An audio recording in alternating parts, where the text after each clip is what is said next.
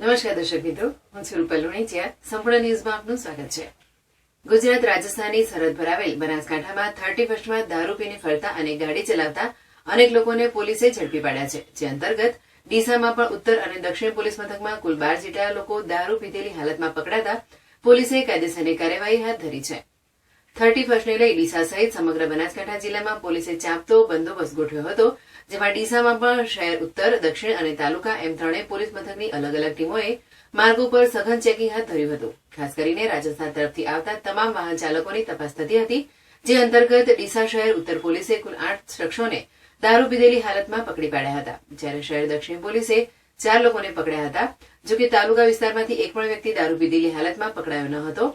આમ ડીસામાં આવેલ ઉત્તર અને દક્ષિણ પોલીસે 31માં દારૂ પીને ફરતા અને વાહન ચલાવતા કુલ 12 લોકોને પકડી પાડ્યા હતા. તમામ સામે પ્રોહિબિશન એક્ટ મુજબ ગુનો નોંધી આગળની કાર્યવાહી હાથ ધરી છે.